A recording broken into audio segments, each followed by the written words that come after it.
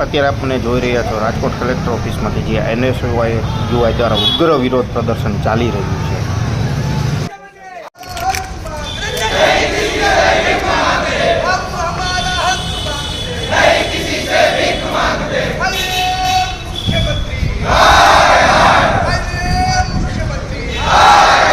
કચેરી ખાતે અમારી રજૂઆત છે જે પરીક્ષામાં CBRT પદ્ધતિ જે સરકાર લાવી છે એમાં લાખો યુવાનો સાથે અન્યાય કરવામાં આવ્યો છે.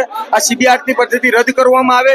ફોરેસ્ટ ગાર્ડની જે પરીક્ષા લેવામાં આવી છે તેમાં કોઈ પ્રકારના માર્ક્સ ઓપન કરવામાં નથી આવ્યા, માત્ર ભરતી કરવામાં આવે છે. મોટા પાયે ગેરરીતિ એમાં સરકાર તરફથી દર્શાવવામાં આવી છે.